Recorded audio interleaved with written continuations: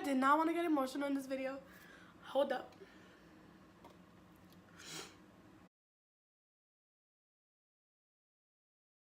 Hi guys, my name is Andrea. Welcome back to my channel. If you're new here, I do lifestyle, nursing, and organization videos, and then everything in between. And this video today is about what you will be going through when your spouse or loved one goes away for basic training. And if you're new here, please subscribe and hit the bell down below so you can be notified every time I make a new video. Just a disclaimer, I am so sorry about my voice today. It is a little bit hoarse. But I finally got the energy and the spirit to make this video. So I'm just going for it. And whoever watches it, thank you. And if the voice is annoying, then I'm sorry that you're gonna miss out on this great information. So, to get started, I am on week 7 since my boyfriend left to the army, and I have about 4 weeks left till graduation. Now, basic training is about 10 weeks in total, but if you add reception, it accumulates to about 11 weeks. With that being said, let's start from the beginning. When you leave your soldier in training at the base. So, my boyfriend, I had to drop him off the day before he was leaving on his flight. It was already a date that was already set. They kind of give you the date, like you're leaving on this day. So we already knew for months that he was leaving on this specific date. So the day before, I dropped him off at the base. And so that night they take him to the hotel. And they kind of mingle with other soldiers or other future soldiers, so they kind of get to know each other and mingle, which is pretty cool. And they still get to keep their phone. So I was talking to him while he was at this hotel in here in New York City. I was able to speak to him throughout the whole night till he went to sleep. And then the next day, we got to actually go visit him. When I say we, I'm saying me, my mom, and his little sister got to go visit him at the base in Brooklyn, MEPS. And we got to stay with him actually for about 3 to 4 hours, if I'm not mistaken, before he actually left. It was sad. I personally did not shed a tear while I was with him. But afterwards, I definitely shed more than a tear. So that part is very hard. You kind of don't think it's gonna end, and it actually does end, or you think you have a lot of time, you really don't. So that part was really hard. And then they called them, and he kind of like gave us his last hugs and, you know, ran to where we had to go. And it's kind of slow.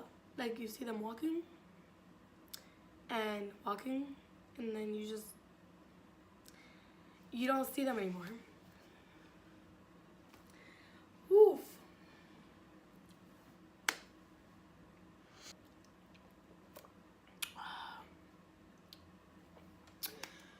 Okay, so they walk away and you kind of stand there thinking that they're gonna like turn around and, you know, come back out of the room that they just went into.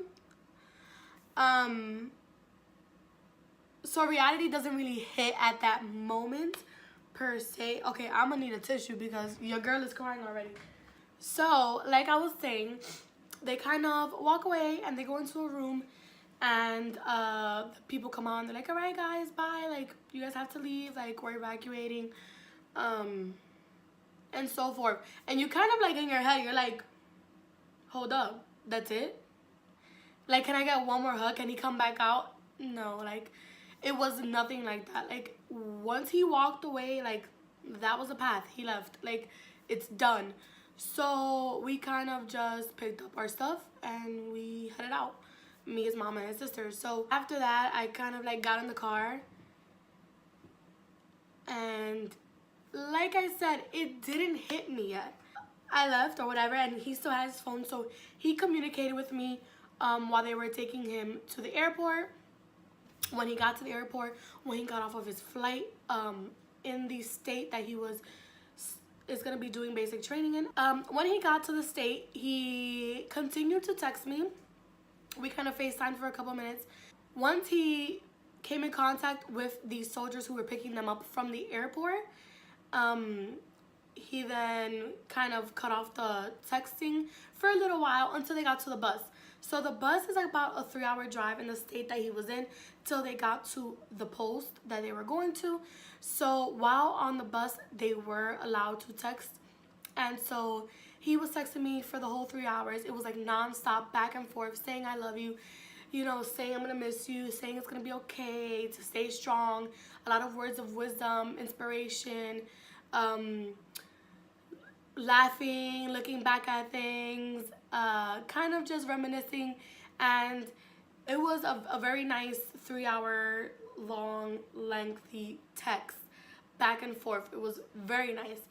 Me and him did have this sign that we said we were gonna do. We were gonna send 3 hearts when none of us can no longer write back, which he did, because when they do get on the bus, the master sergeant or the sergeant, whoever is in charge of them, when they do get on the bus, they tell them to turn off their phones, so they don't really have time to text.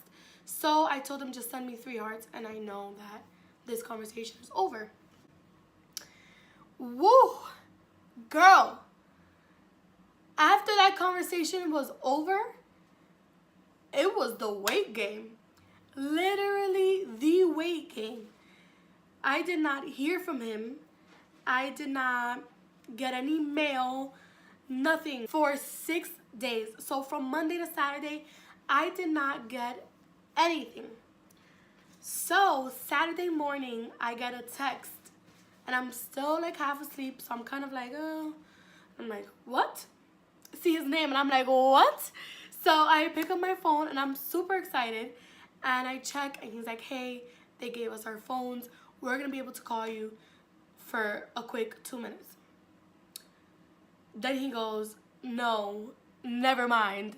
Somebody made a quick phone call in the bathroom. Now we can't even call. I was livid. Livid. When I tell you livid, I mean like I was so pissed.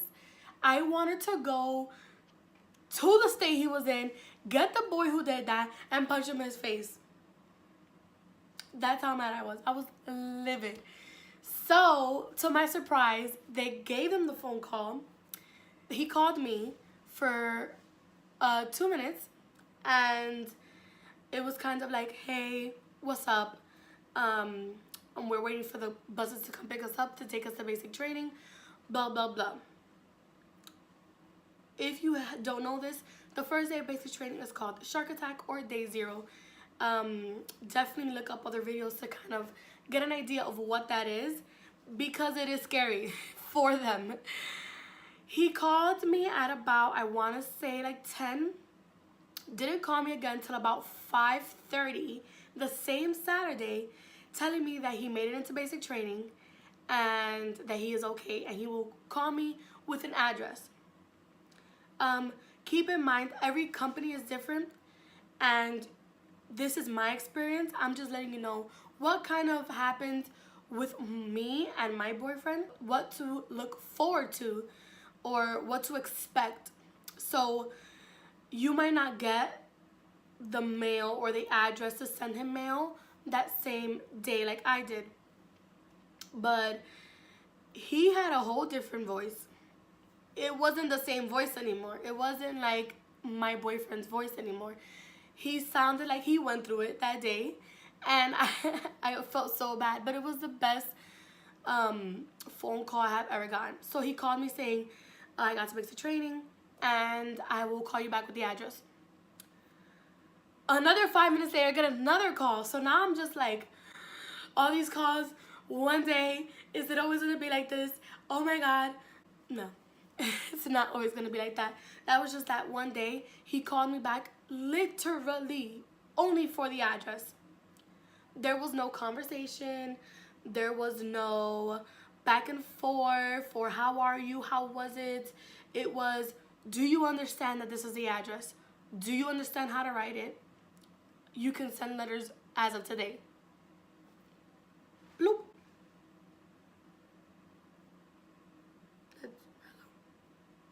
Hello. That's That's it. That's it, literally. With that being said, that was how it started for me.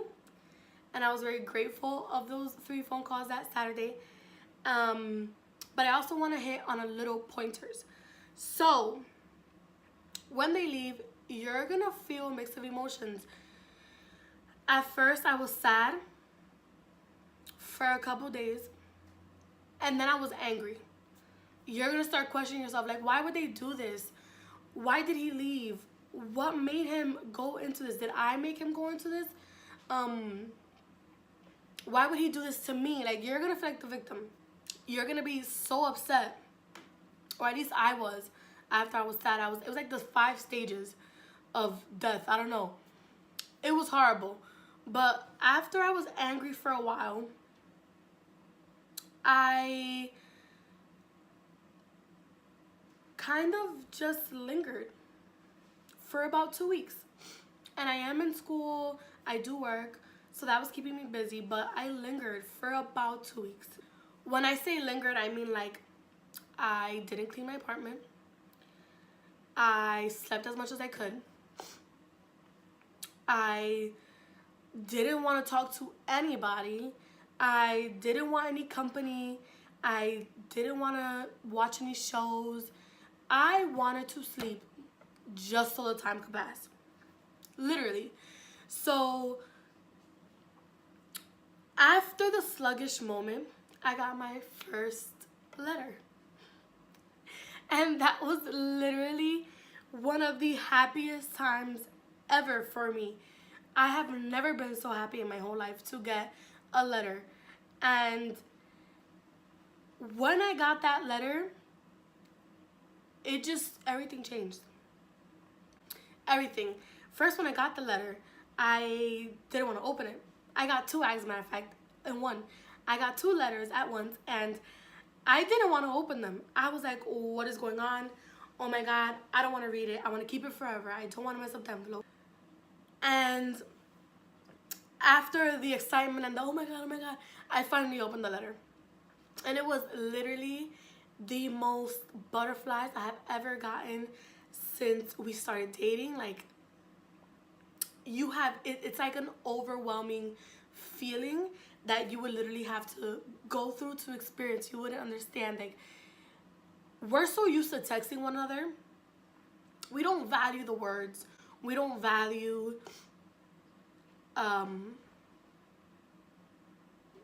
the time and effort that was taken to write to you. So with that being said, reading a letter with his handwriting, with his thoughts, how he was feeling, it was like a pause. I just sat on my couch and I read them over and over and over and over again. So like I couldn't read them anymore. Like I already knew what was said. I could literally say it word for word without even looking at the letter. Like that's how bad it was. So with that, I just want to say that the letter is gonna make you happy, and wait for it because it will come. Some people are lucky they're able to write during reception, which my boyfriend was. So the letters I got during about the 2nd to 3rd week of him leaving was of him in reception. Reception, girl. So imagine, that's a big time frame. At first, the letters are going to be super slow. You're not going to get much. It's going to take a while to get to you, but they'll start coming in. I promise.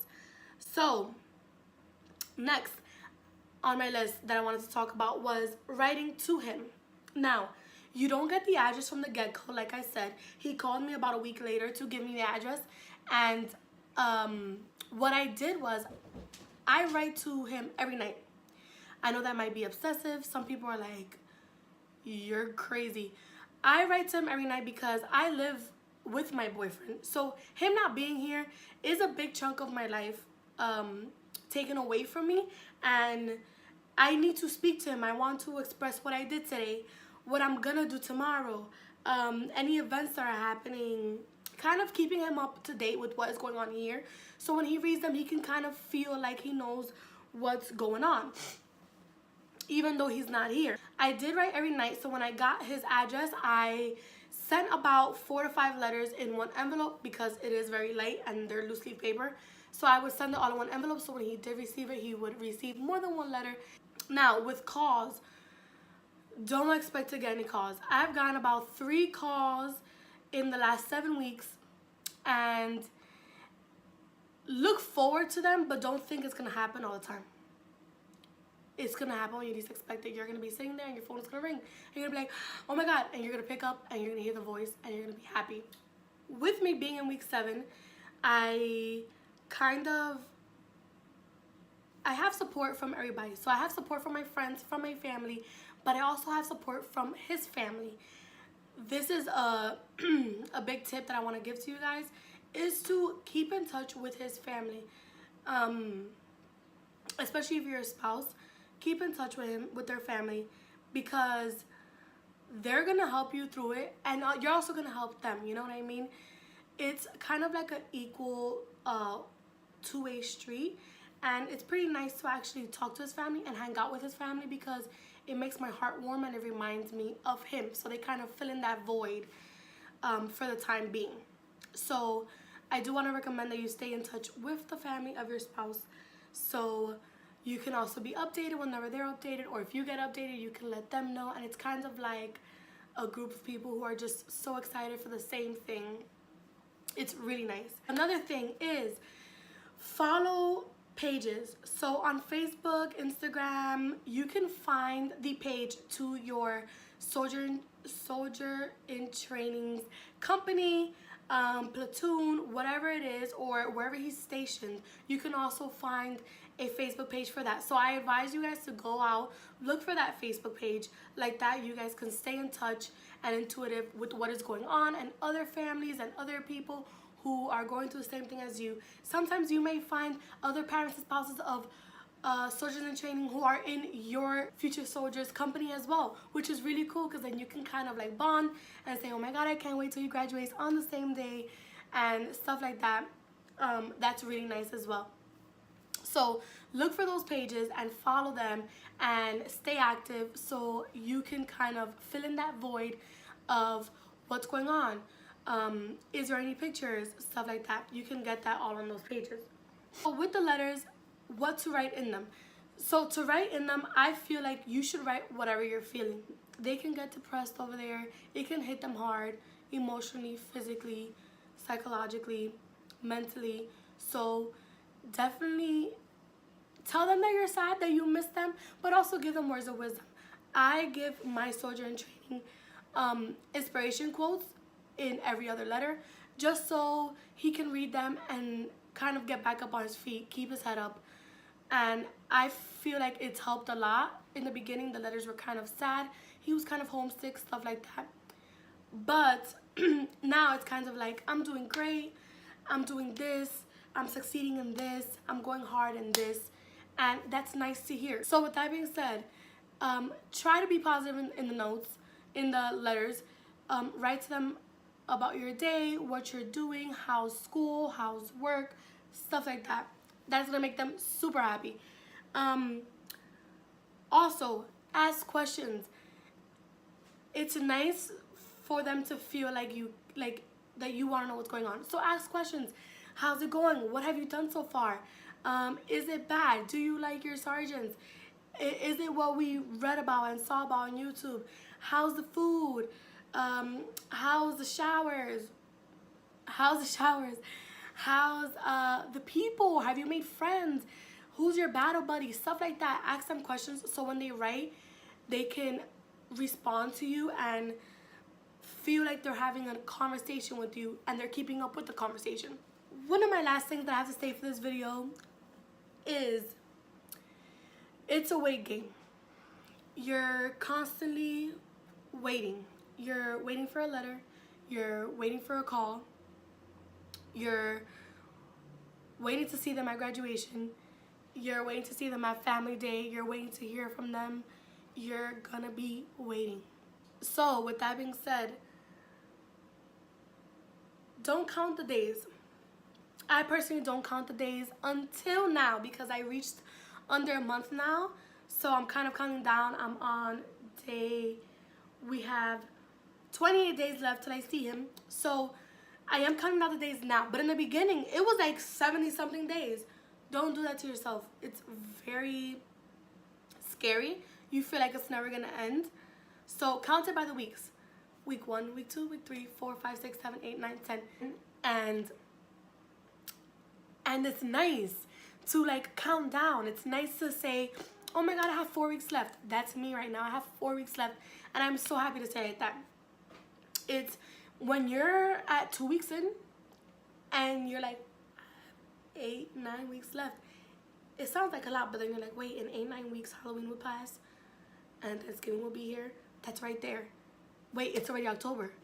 Oh my God, it's already the end of October. Like, the weeks pass quicker than the days. So if you count down the days, it's gonna seem very, very long. I advise you guys to count down the weeks and also write it to your soldier. The weeks, you know what I mean? Like, wow, you know, we just finished week 3, babe. Can you believe that? Or can you believe we only have 4 weeks left? It felt amazing to tell my soldier in training that. When I wrote in the letter, I wrote like balloons and exclamation marks and whoa, we're almost there. You know, that helps a lot. I kind of want to make this a little series of how am I doing and what is going on and what am I expecting and what is happening while he is gone. So I definitely want to make a part 2 to this, maybe more in depth about the letters and like photos and calls and you know, being Army strong and being there for your loved one. So this is just part 1. I hope you guys enjoyed this video. I hope that it answers some of your questions. If you do have any questions, please leave them down below. I would love to answer them for you if I can. And look forward to the next one because I do want to make one more in depth about the letters. So if you watched the whole video, thank you so much for watching. I know my voice is super hoarse, and I appreciate you if you did watch the whole video. Also, if you guys have any questions or have a suggestion of what you guys want the next Army video to be about, please drop it down below. I have learned so much throughout this journey. And my biggest advice is keep busy, be the support system of your loved one, and be Army strong. Just keep going, guys. It gets better, I promise. Alright guys, so thank you so much for watching my video. This is the end of the video, and I hope that I got to answer some of your questions. If you have more questions, please leave them down below, subscribe, and let me know what you guys want to hear about next. It's a tough journey, but I'm going through it, and so far I love it. I'll see you guys in my next video. Bye.